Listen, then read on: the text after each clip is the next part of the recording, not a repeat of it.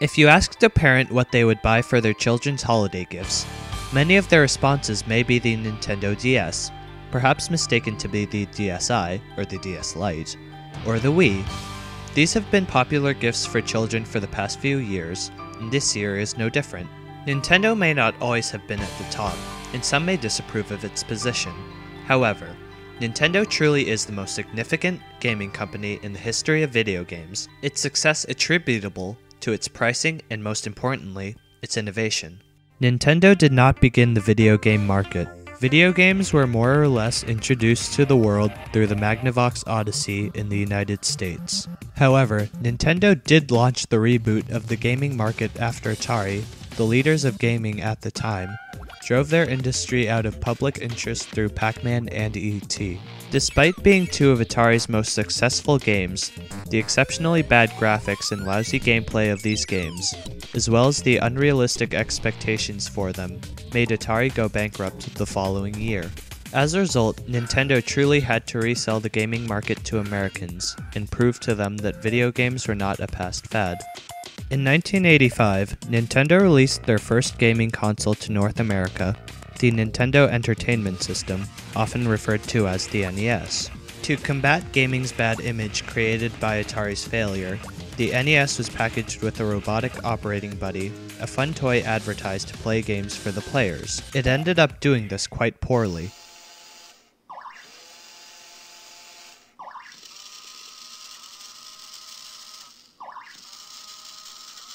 But it still got Nintendo's system into homes across the country and established Nintendo as the new top dog in gaming.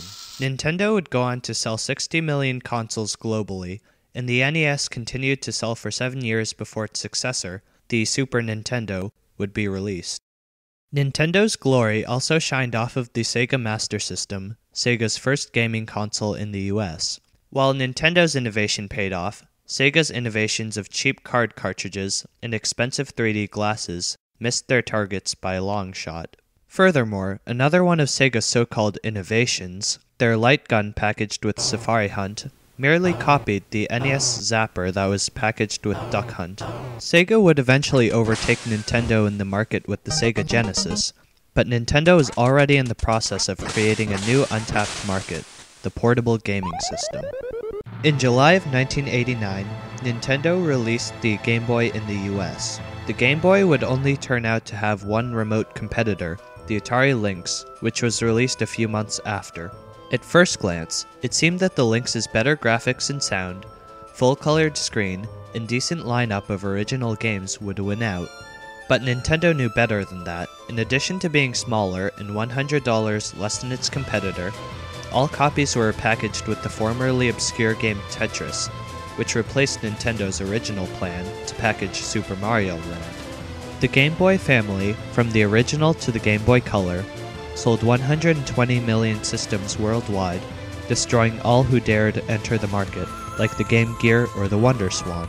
Nintendo's value price and ambitious innovation, seen once again in portable gaming, further emphasized its importance in the gaming market. Despite an overwhelming victory over portable gaming, Nintendo still had to reclaim its title that Sega stole in the home console market. Its answer was the Super Nintendo Entertainment System, or SNES, released in August of 1991 in North America. This system brought the first pseudo-3D graphics in gaming with its Mode 7 engine, used in games like F-Zero and Super Mario Kart. In fact, the SNES was also the first system with polygon-based 3D graphics, the basis of modern 3D graphics, which appeared in Star Wing. Nintendo's pioneering of 3D graphics demonstrated its prominence in the gaming world, and it would sell 49 million systems globally over Sega's 35 million. From the Nintendo-Sega face-off, however, germinated a new rival named Sony. Sony was previously signed on by Nintendo to work on an SNES CD peripheral, but they had other plans. Sony ended up developing their technology and releasing the PlayStation in September of 1995. Nintendo's response was the Nintendo 64, released 1 year later. As the first commercially successful gaming console with 64 bits, the Nintendo 64 was more powerful than both the PlayStation and the Sega Saturn. It also marked the first successful link between portable and home console gaming with the Transfer Pack, which linked Game Boy games with N64 games. Now gamers could bring their Pokemon Red or Blue teammates onto the N64 through Pokemon Stadium, which included a free transfer pack. But most importantly, Nintendo demonstrated its greatness and importance with the Control Stick and the Rumble Pack. Nintendo's Control Stick, the first thumb-operated joystick on a controller, redefined control in console gaming. Likewise, the Rumble Pack, which attached to the bottom of an N64 controller, brought vibration feedback to gamers for the first time. Nintendo's innovations with the N64 built the foundation of modern gaming. After all, gaming may not have become what it is today without the N64's Control Stick or Rumble Pack.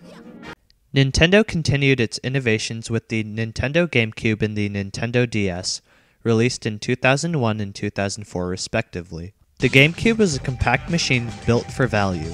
It sold with an MSRP of $199, compared to the Xbox and the PlayStation 2, which sold at $299. It was also graphically more powerful than the PlayStation 2 and could match the graphics of the Xbox. The GameCube continued its focus of portable gaming connectivity, this time with the Game Boy Advance. The Game Boy player could play GBA games as well as Game Boy games of previous generations on the TV screen, and the GameCube GBA cable allowed the use of a Game Boy Advance system, either as a controller or to connect GBA and GameCube games. In the portable gaming market, the Nintendo DS introduced revolutionary innovations, such as its dual screens, of which one was a touch screen, wireless internet and player-to-player connectivity, and voice recognition. With these two systems, Nintendo demonstrated its superiority once more through its attractive prices and incorporation of new technologies. Nintendo's most recent system, the Nintendo Wii, was released on November 19, 2006. Wii Mania took the US by storm, causing shortages across the nation during most of 2007. The key to its success was once again price and innovation. The Wii's MSRP of $249 trumped those of the minimal models of the Xbox 360 and PlayStation 3, which were $299 and $499 respectively. We would like to play. Furthermore, its small, sleek design, intuitive, motion-sensitive controller appealed to gamers and non-gamers alike. Through the innovations and, to a lesser extent, prices that they offered in the gaming market, Nintendo has established itself as the greatest and even the most important video game company in gaming history. From the NES to the Game Boy to the N64, Nintendo has revolutionized gaming many times over, with its innovations like the NES Zapper, the Control Stick, and the Game Boy itself. Today, Nintendo sits on top of the gaming market with the Nintendo DS and Wii, which, as of September 2009, have sold 110 million and 56 million systems respectively. With those kinds of numbers and counting, Nintendo remains a gaming empire with a promising future.